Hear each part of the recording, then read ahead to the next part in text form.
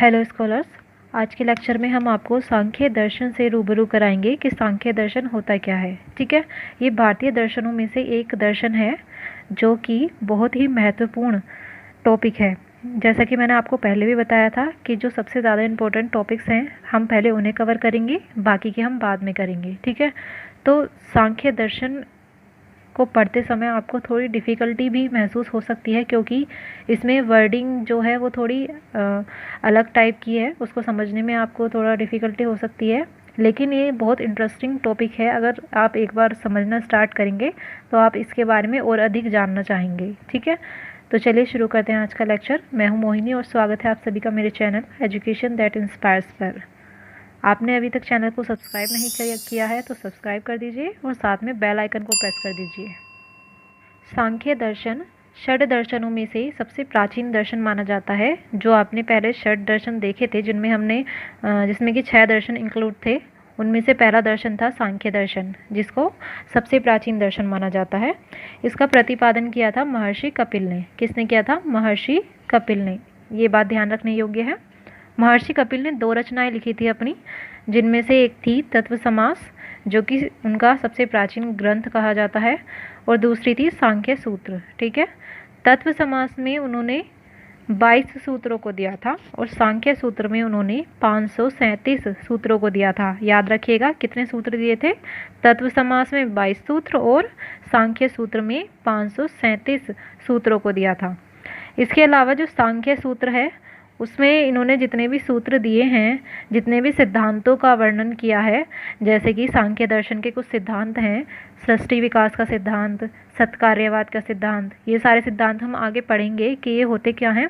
तो इनके बारे में इन्होंने सांख्य सूत्र के अंतर्गत वर्णन किया है और साथ में उनका प्रमाण भी दिया है। क्या दिया है? प्रमाण, प्रूफ कहते हैं हम जिसे। ठीक है, और सांख्य दर्शन की जो विस्तृत व्याख्या है, उसका पूरा डिस्क्रिप्शन है, वो हमें किस ग्रंथ में देखने के लिए मिलता है? वो मिलता है सांख्य कारिका में। और इस ग्रंथ की रचना की थी ईश्वर कृष्ण ने। ठीक है, याद रखिएगा, ईश्वर कृष्ण ने सांख्य कारिका नामक ग्रंथ की रचना की थी, जिसमें सांख्य दर्शन के बारे में विस्तृत व्याख्या की गई है। ठीक है, अब इसकी उत्पत्ति के बारे में देख लेते हैं कि सांख्य शब्द की उत्पत्ति किससे हुई है। सांख्य शब्द की उत्पत्ति हुई है संख्या शब्द से। ठीक है, संख्या, जिसका अर्थ होता है शुद्ध ज्ञान तथा संख्याओं का बोध। ठीक है, सांख्य शब्द की उत्पत्ति हुई है संख्या शब्द से, जिसका अर्थ है शुद्ध ज्ञान तथा संख्याओं का बोध। इसके अलावा सांख्य दर्शन को द्वैतवादी दर्शन भी कहा जाता है। याद रखिएगा, इम्पोर्टेंट है, सांख्य दर्शन को द्वैतवादी दर्शन कहा जाता है क्योंकि ये 2 मूल तत्वों को प्रमुख मानता है। ठीक है, 2 मूल तत्वों को प्रमुख मानता है, इसलिए इसको द्वैतवादी कहा जाता है। ठीक है, अब वो मूल तत्व कौन कौन से हैं? पहला है प्रकृति और दूसरा है पुरुष। प्रकृति, जैसा कि आप सब जानते हैं, प्रकृति से अर्थ हम किससे लेते हैं?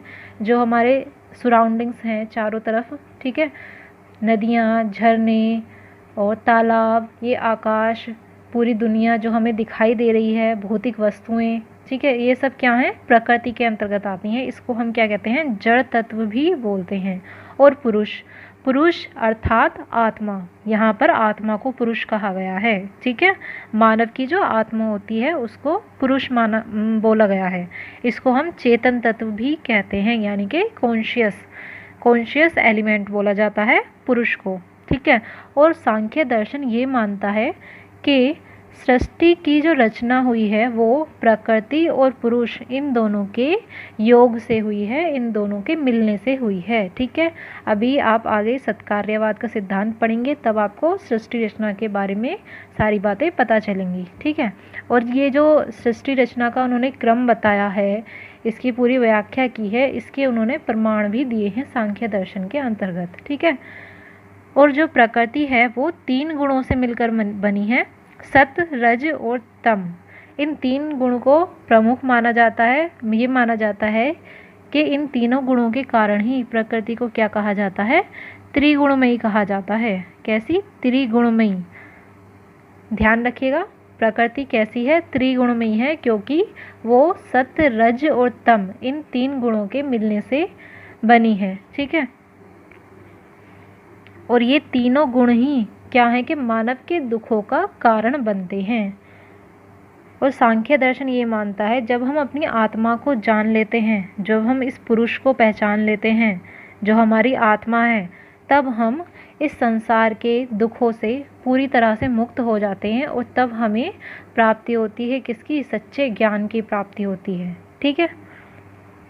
इसके अलावा प्रकृति और पुरुष इन दोनों के मध्य 23 तत्व माने गए हैं। कितने? 23 तत्व माने गए हैं। इस प्रकार ये टोटल तत्व कितने बताए हैं? सांख्य ने 25 तत्व बताए हैं। बहुत इंपॉर्टेंट है, ध्यान रखिए। ये पूरा टॉपिक ही बहुत इंपॉर्टेंट है, इसलिए एक एक जो फैक्ट है उसको ध्यान रखिएगा और इसके पीछे जो थ्योरी है पूरी उसको भी ध्यान रखिएगा। तो सांख्य दर्शन ने कितने तत्व बताए हैं? 25 तत्व बताए हैं, जिनमें से 2 मूल तत्व हैं, प्रकृति और पुरुष, और इनके मध्य 23 तत्व सांख्य दर्शन ने बताए हैं। और कुछ शिक्षा शास्त्री और दार्शनिक सांख्य दर्शन को संख्या बताने के कारण, ठीक है, संख्या बताने के कारण इसे सांख्य दर्शन कहते हैं। ठीक है। ऊपर हमने यहाँ पर पढ़ा था कि संख्या का क्या अर्थ होता है? शुद्ध ज्ञान तथा संख्याओं का बोध। ठीक है। और कुछ दार्शनिकों और शिक्षा शास्त्रियों ने यही माना है कि ये संख्याएं बताता है तत्वों की, जैसे कि 23 तत्व, 25 तत्व, इन तत्वों की संख्या बताने के कारण इसे क्या कहा जाता है? सांख्य दर्शन कहा जाता है। अब जब तत्वों की बात चल ही रही है तो इन तत्वों को डिटेल में पढ़ लेते हैं। सांख्य दर्शन की तत्व मीमांसा क्या है, अब ये जान लेते हैं। तत्व मीमांसा के बारे में हमने आपको पहले भी बताया था, आप पहले पढ़ चुके हैं कि तत्व मीमांसा क्या होती है, ज्ञान मीमांसा क्या होती है और मूल्य मीमांसा क्या होती है।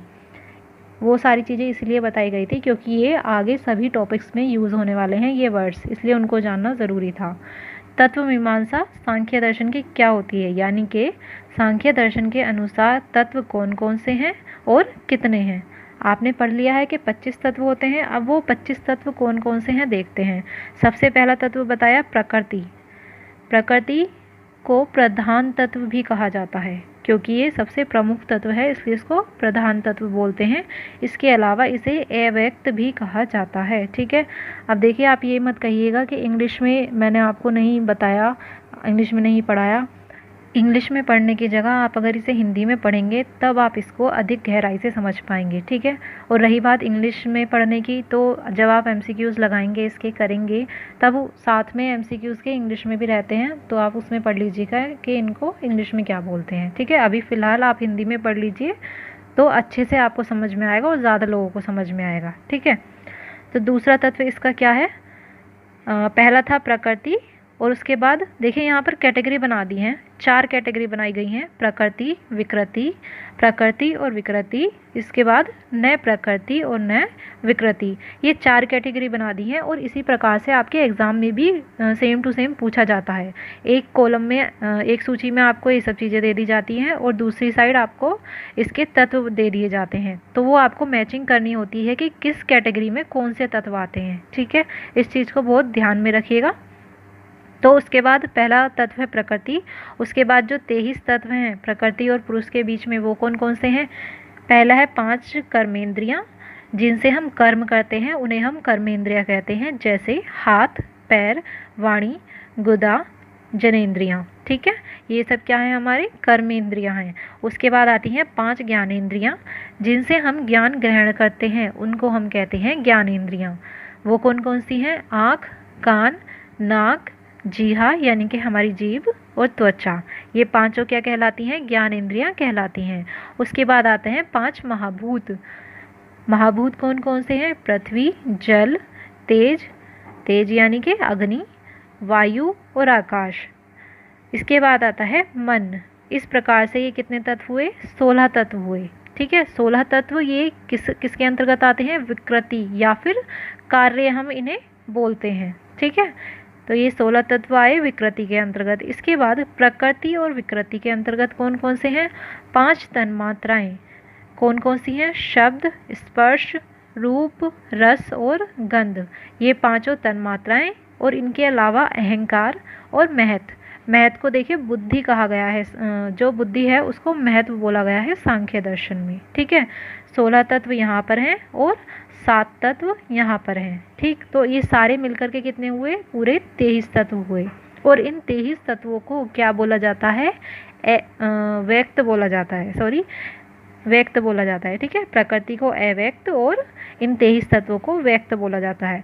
इसके बाद एक तत्व ऐसा भी है जो न तो प्रकृति कहा जाता है और न ही विकृति। इसी प्रकार से ना तो इसे कारण कहा जा सकता है और ना ही कार्य। कौन सा तत्व है वो? पुरुष, यानी कि आत्मा, जिसको हम जीव भी बोलते हैं और चेतन भी बोलते हैं। तो ये सारे 25 तत्व हैं जो सांख्य दर्शन ने बताए हैं। ठीक है, अभी इन्हें फिलहाल ऐसे ही याद ध्यान रखिएगा।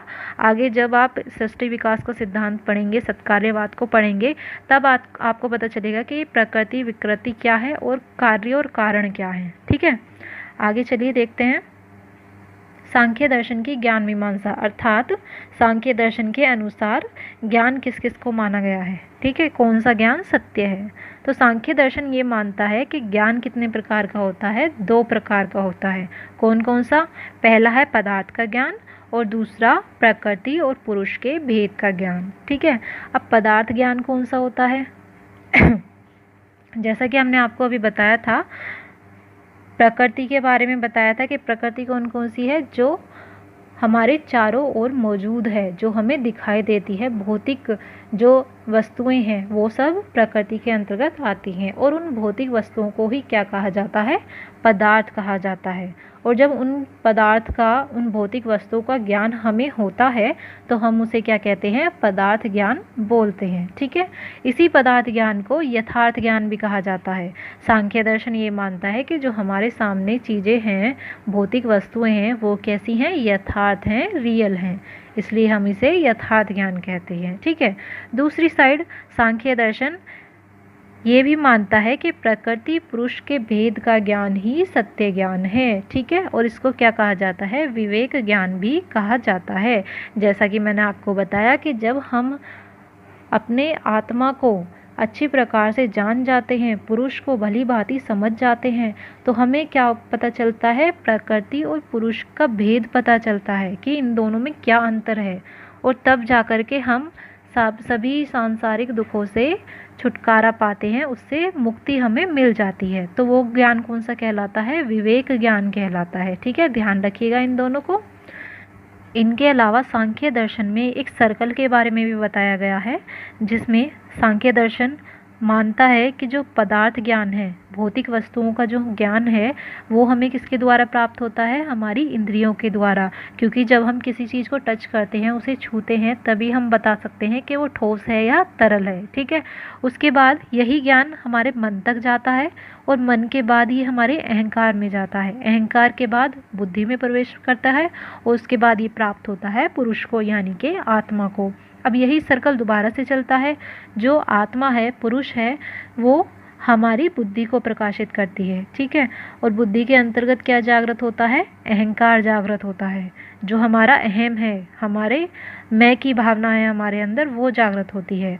और उसी के आधार पर हमारा जो मन होता है उसका निर्णय होता है। ठीक है, हमारे मन का निर्णय किसके आधार पर होता है? हमारे अहंकार के आधार पर।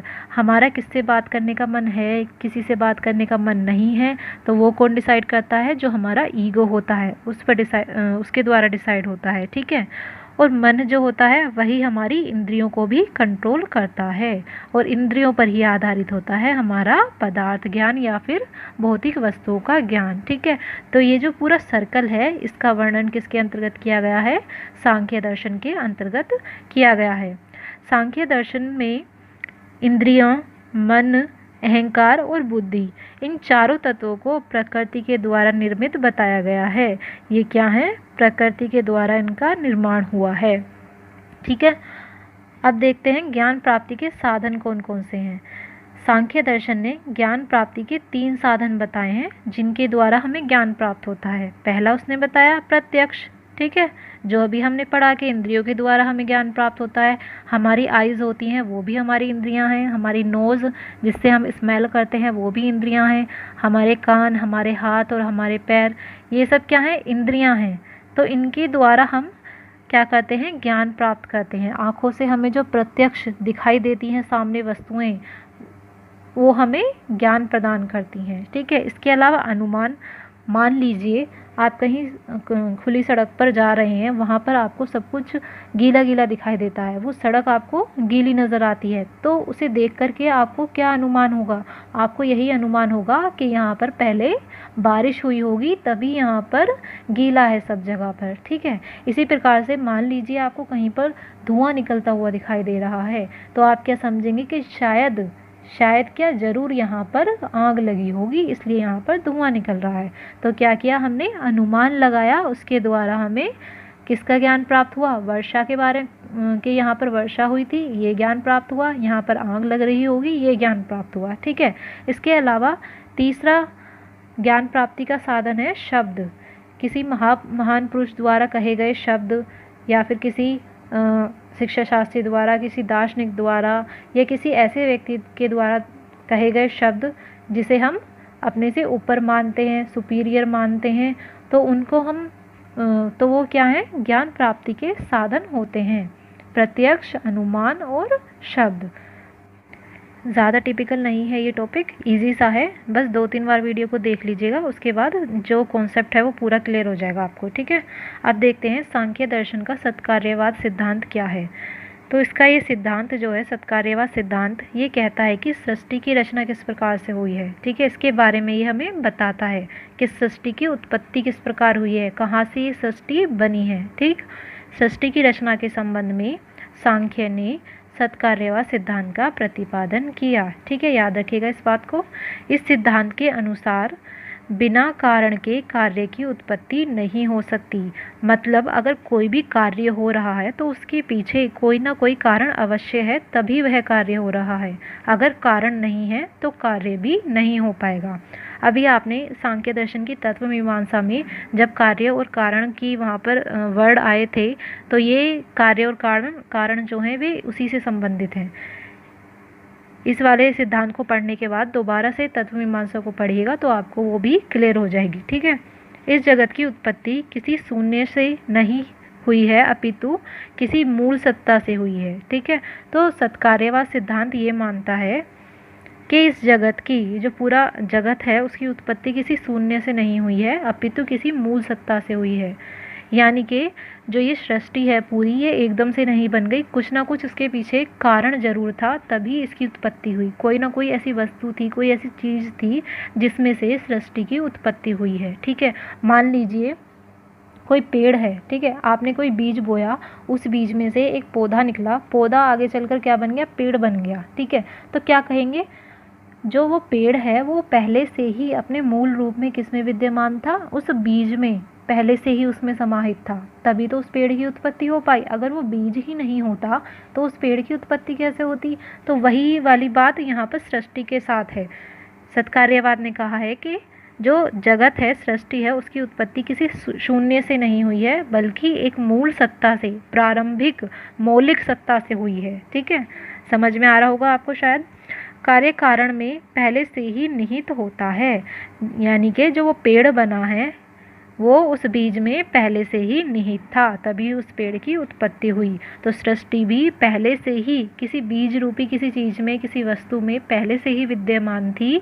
यानी कि जो ये सृष्टि है पूरी किसी न किसी प्रकार से अपने कारण में विद्यमान थी, तभी तो इस सृष्टि की उत्पत्ति हो पाई, ठीक है। आगे देखते हैं।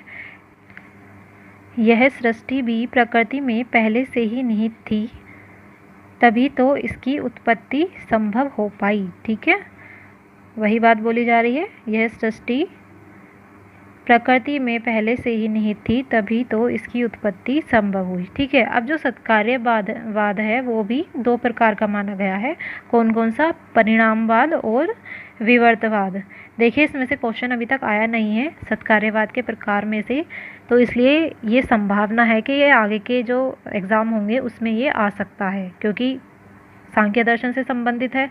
तो जो नेट का एग्ज़ाम है उसमें बहुत ही गहराई में से प्रश्न पूछे जाते हैं, डायरेक्ट क्वेश्चन बहुत ही कम पूछे जाते हैं, तो इसलिए पूरी संभावना है कि सत्कार्यवाद के प्रकार में से क्वेश्चन पूछा जा सकता है, ठीक है। अब देखते हैं कि परिणामवाद क्या होता है। परिणामवाद ये मानता है कि जो भी परिवर्तन हो रहे हैं वो सब कैसे हैं? वो यथार्थ हैं, रियल हैं।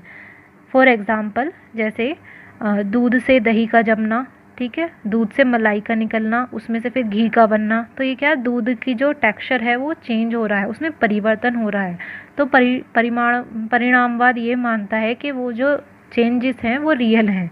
जैसे तिल से तेल का बनना, ये सारी चीज़ें यथार्थ हैं और वास्तविक हैं। इसके अलावा जो विवर्तवाद है वो ये मानता है कि जितने भी परिवर्तन हो रहे हैं वो आभासी हैं, यानी कि उनका हमें मात्र आभास होता है, वो वास्तविक नहीं है। फॉर एग्ज़ाम्पल, हमें कहीं पर रस्सी पड़ी हुई दिखाई देती है और अचानक से हमें ये लगता है मानो ये सर्प है, यानी कि सांप है। तो वो क्या हुआ, वो एक आभास हुआ। रस्सी के अंतर्गत हमें किसका आभास हुआ, सर्प का आभास हुआ। इसलिए विवर्तवाद ये मानता है कि जो चेंजेस हैं वो यथार्थ नहीं है, वो केवल आभासी हैं। तो इनके डिफरेंस को याद रखिएगा, ठीक है। इसके अलावा एक और सिद्धांत सांख्य दर्शन के अंतर्गत देखने को मिलता है, वो है सृष्टि विकास का सिद्धांत।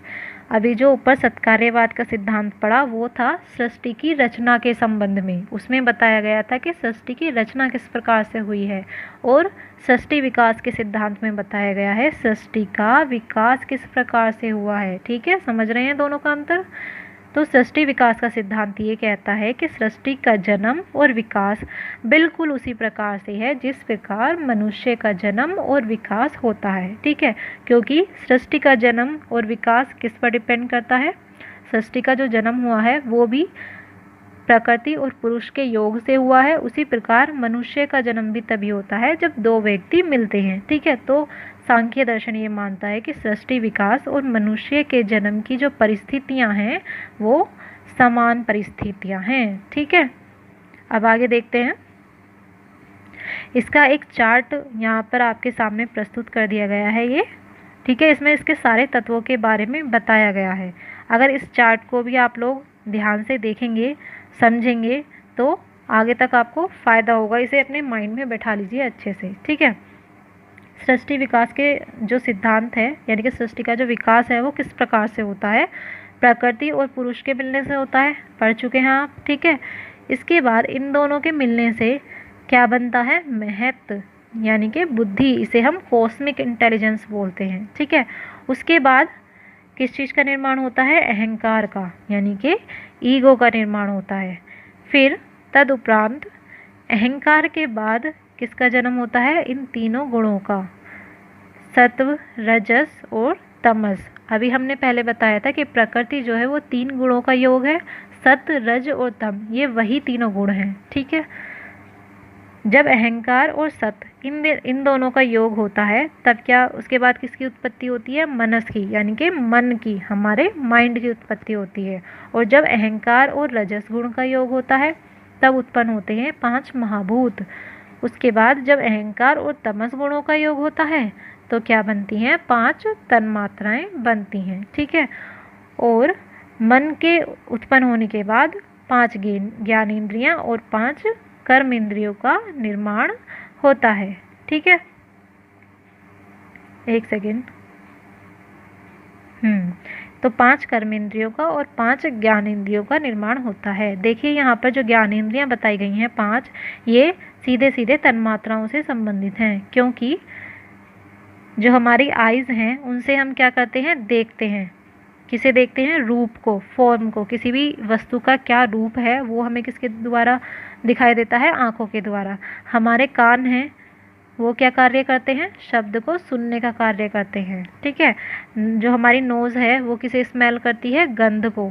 ठीक है, स्मेल करने के काम आती है। और जो हमारी जीभ है वो किस काम आती है, टेस्ट करने के काम आती है, रस को टेस्ट करने के काम आती है। ठीक है, और जो त्वचा है वो किस काम आती है, स्पर्श करने के काम आती है, टच करने के लिए। ठीक है, तो जो ये ज्ञानेंद्रियां हैं वो सीधे सीधे किससे संबंधित हैं, 5 तन्मात्राओं से संबंधित है, या हम कह सकते हैं कि ज्ञानेंद्रियों से ही तन्मात्राएं निर्मित हुई हैं।